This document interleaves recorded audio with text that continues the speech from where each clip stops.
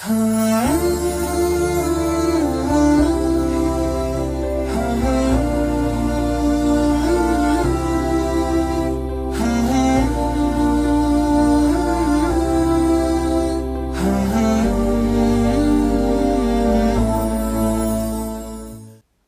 алейкум, ардактуу телегөрүүчү. Сиз улуттук биринчи каналдын ыйман сабагы берүүсүн көрүп жатасыз. Эфирди мен Иманбек Азилла уулу алып барам. Бүгүн биз билим алуу боюнча сөз кылабыз. Биздин куттуу студияга Кыргызстан мусулмандарынын дин башкармалыгынын фатва бөлүмүнүн адиси, диний аалым Акылбек Ажы Тагаев келип олтурат. Куш келипсиз, агай. Агай, азыр бүт диний билим берүү мекемелеринде ачык эшиктер өткөрүлүп, билим берүү жараянды башталды да. Бүт баардыгы шаан шөкөт менен 3 ай бою каникул болгон окуучулар, студенттер окуу жайларын сагынып, мектептерин сагынып башталып атат да.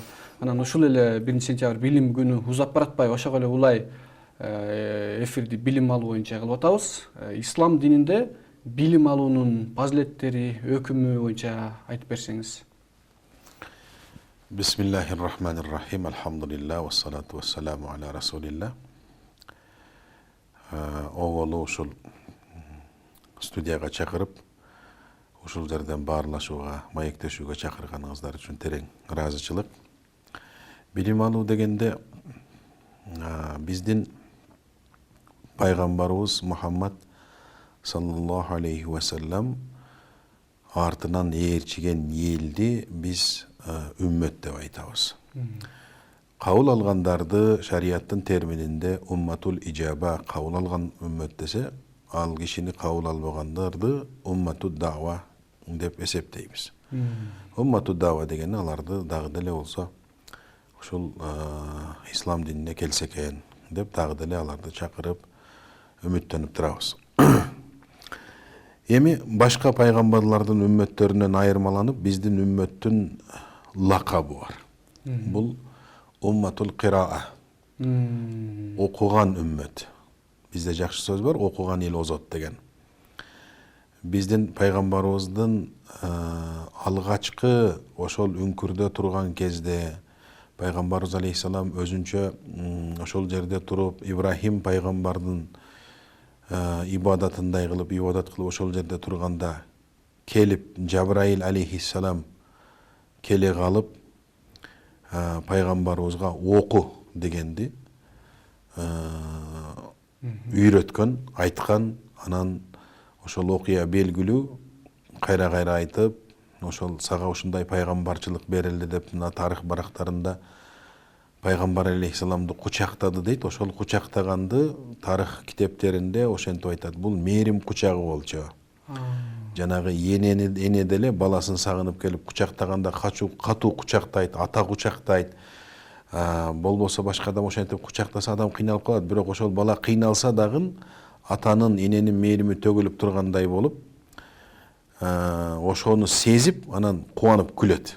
Пайгамбарыбыз алейхиссаламдан ошентип 2-3 жолу кучактап, Иқра бисми раббикаллази халак. Сени жараткан, адамзатты жараткан Алланын аты менен оку деген. Мына ошол себептен биз пайгамбар Мухаммад алейхиссаламдын үммөтү башка үммөттөрдөн айырмаланып биз окудук. Башка пайгамбарларда мындай болгон эмес экен. Мисалы, Иса пайгамбарды ээрчигендер, Муса пайгамбарды ээрчиген эл мынтип медреселеп, университетке барып, коллежге барып, анан мындай азыр бизде жаркырап, мына берекелүү күздүн кириши менен кошо сентябрдын кириши менен азыр мамлекетибизде мына азыр көчөдө баратсаң, жанагы жаш селкинчек кыздарыбыз ак бантигин байлап, китептерин көтөрүп алып, ата-энелерин жетелеп баратканы, кандайдыр бир сыртынан көргөнүңдө эле бир кубаныч, майрамдык маанай муну сентябрь менен кошо бизге кирип келди.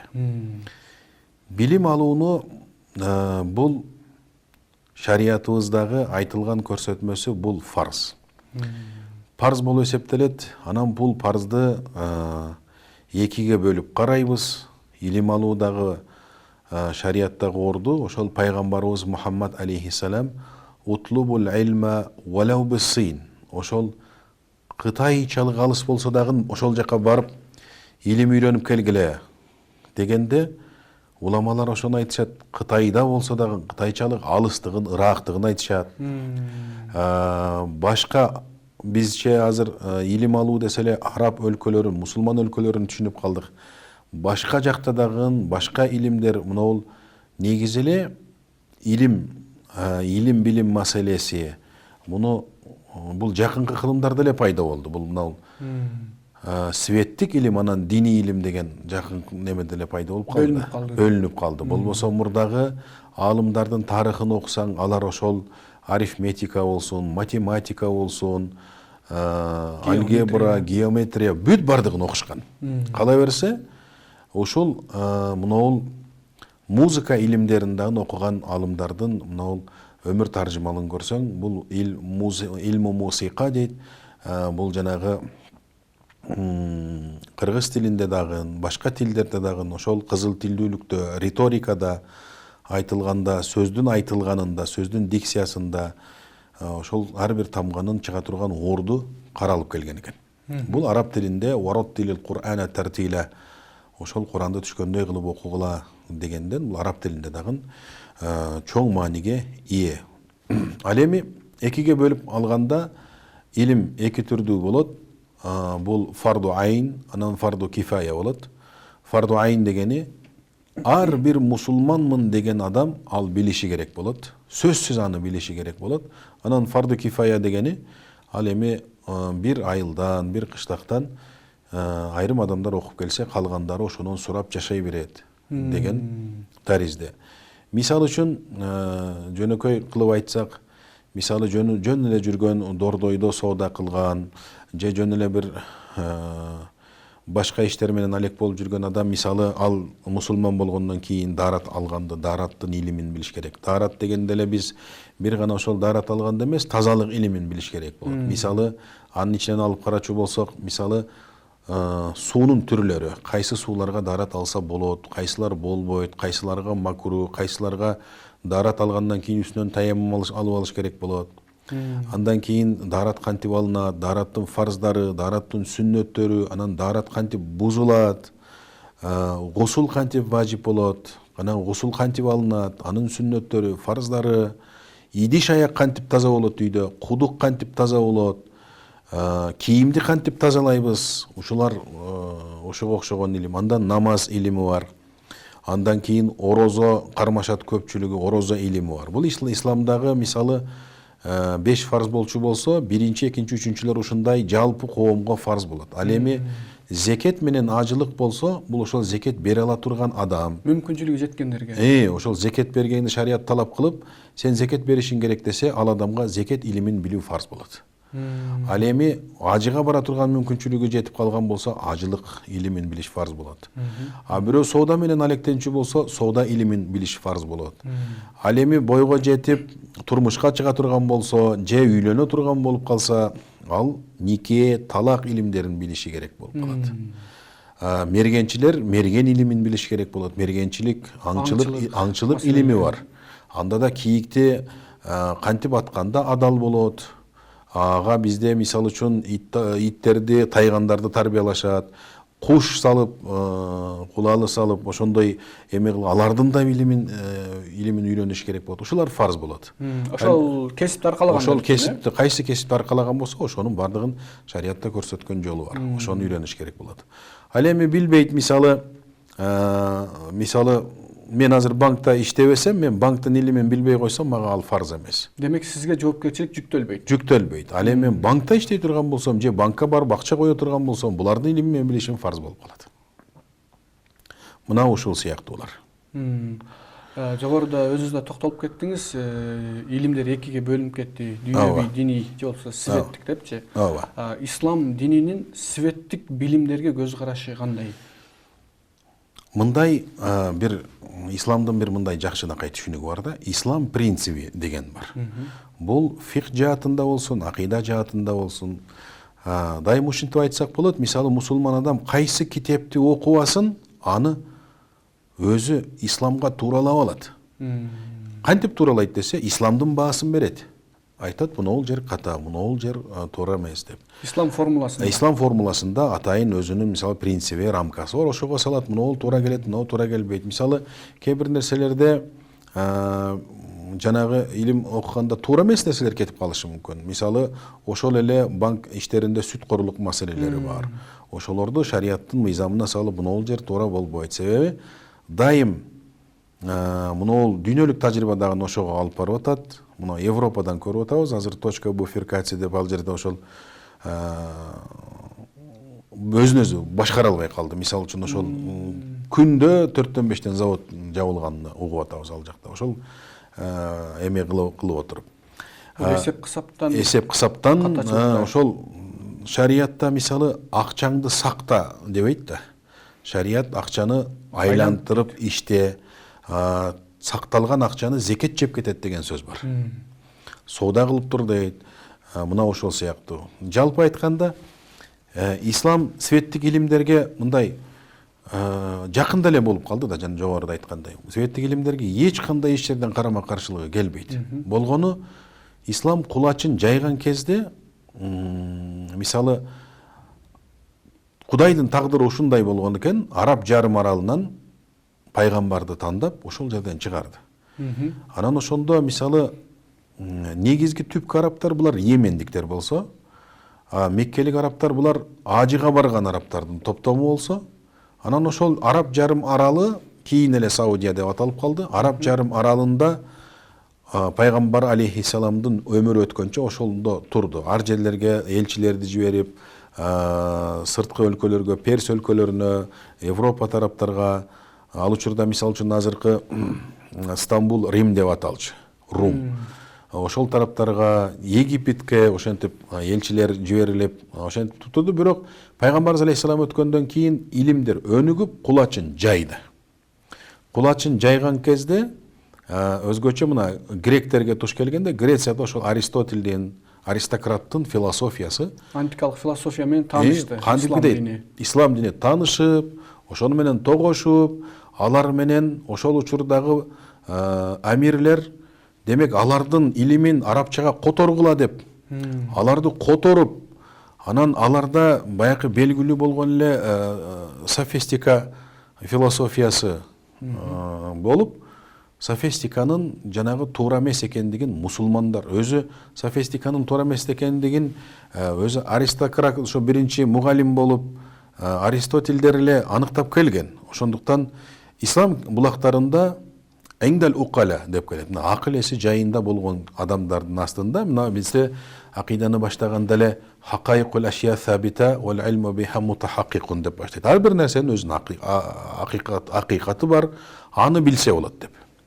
Бул маселе муну мусулмандар айткан жок. Мусулман пайгамбарыбыз алейхиссаламдан 500 жыл мурда эле ушул софистиканын ката экендигин аныктаган аристократтар, Плутондор эле айтып ошондон бери келатат. Анан ислам кулачын жайган кезде ошол мисалы бул жагы батыштан Батыш Европанын философиясына дуушар болсо, перстердин философиясына дуушар болду.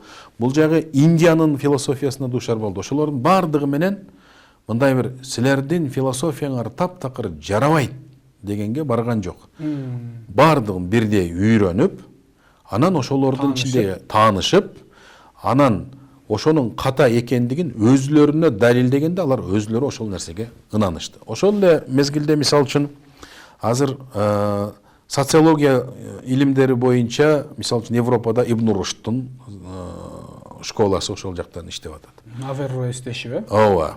Анан эменики мисалы мыйзам боюнча Шейбанский школа деп Европада ал иштеп атат, канундар жөнүндө, мыйзамдар жөнүндө. Ошентип деги эле ислам мындай бир светтик илимдерге мындай карама каршы деген түшүнүккө барганга болбойт. Ката болсо гана четке кагат, туура болсо анын бардыгын кабыл алып келет. Себеби илимдер ушундай, мынау тавлидул улум деген бир түшүнүк болот экен, кээ бир илимдер кийин пайда болот экен. Мисалы адамзат аны мурда эле жашоосунда көрүп жүргөн, ошол эле Исхак Ньютондун жердин тартуусун аныктаган сыяктуу эле. Ал Исхак Ньютон алманын астында жатканга чейин деле жерге түшөт болчу да алма.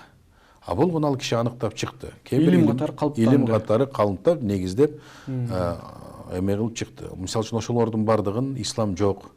Бул биз Куранда келиши керек, же хадисте бул нерсе жөнүндө айтылышы керек, анан кабыл алабыз деп айтат аны. Негизги принциптер бар. Ал принциптерди мындай ислам дини жана адамзаттын акылы дегенде экөө бири-бирине карама-каршы эмес. Адамзаттын акылы ислам дининде келген нерселерге болгону баягы иштетүү жагында, акыл эсти колдонуу жагында өз жолу менен эле колдонсо эч кандай карама-каршылык жок. Эми кийинки суроо мындай болсун. Кээ бирки билимдер, көндүмдөр зыяндуу да. Ооба. Мисалы үчүн астрология дейбизби, же сыйкыр илими дейбизби, Ооба. же болбосо жанагы чөнтөкчүлөрдүн өздөрүнүн жанагы билим сыяктуу нерселер бар да, көндүмдөр, шыктары. Булар боюнча да айта кетсеңиз, зыяндуу билимдер боюнча. Зыяндуу билимдерде ошол азыркы жогоруда айткан биз бүгүнкү күндөгү көп зыянын көрүп аткан ошол эле софистика. Софостаия дейт. Булар 3 бөлүктөн турат. Бул эми бир жагы да 3 бөлүктөн турат. Булар биринчиси ла адрия дейт. Бардык нерседе мен билбейм деп эле айта берет. Агностицизм сыяктуу десек болобу? Болот болуш керек, Болот болуш керек, Мисалы, булар жанагы эңдия, баягы менимче деп кете берет, менимче ушул нерсе туура деп. Андан кийинкиси инадия болот, көгөрүп тура берет. Жок, мен дедим ушул. Үчүнчүсү ошол ла адрия, билбейм, мен ушул азыр көрүп турган нерсем ушул, менин азыр компьютерим ушул компьютер болсо керек. Ушул акыйкат башкасын кызыктырбайт дегендей. Булар ошол алар немелер, инадиялар. Башкасы кызыктырбайт. Мисалы, мен өзүм принцибим бар. Мисалы үчүн кээ илимпоздордун арасынан көрүп каласың да, мисалы, менин өзүмдүн логикам бар, дейт. Менин өзүм жок. Андай болбойт. Бул илимий сөз эмес бул.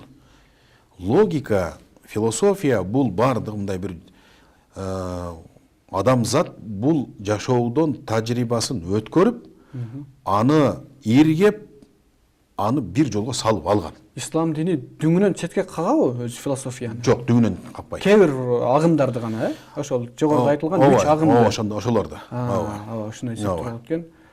Азыр биздин убагыбыз чукулдап калды да. Ошол азыркы учурда мамлекетибизде тартип жана мыйзамдуулук жолго коюлуп атпайбы? Диний окуу жайлардан жасалма түрдө акчагабы диплом, аттестат же ижаза сатып алуу сыяктуу. Ушул соңку сурооз болсун, ушуну айтып коюп, эфирибизди жыйынтыктай берсек. Ооба. Бүгүнкү күндө Кудайыма шүгүр, бардык эле нерседе ирети, тартиби болгону жакшы.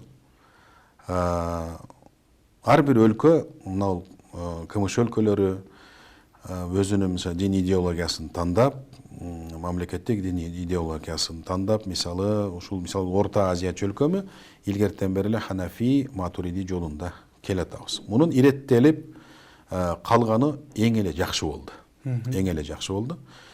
Андан кийинки суроодогу мисалы диплом сатып алуунун эмесин гана айтып койсоңуз. Ооба. Өкүмүн. Жок. Бул дипломду сатып алуу, ижазаны сатып алуу, окубай туруп, мисалы, бул жанагы Авиценнанын эмесин, китебин окуп барып, эч ким операция жасай албаган сыяктуу болуп калат да. Илим андай эмес. Албетте, ижаза деген нерсе бул кийинки кылымдарда пайда болду. Алдыңкысында, мисалы, бул мындан окуган деп эле кете берет болчу. Мисалы, хадис илимдерин карасаң, ал жерде ошондой болуп, мисалы, иреттелип жазылганда риваяттар андан деп эле келе берген. Тилекке каршы ошол адамзаттын өзү кемчиликтеринин бирөөсү окшойт.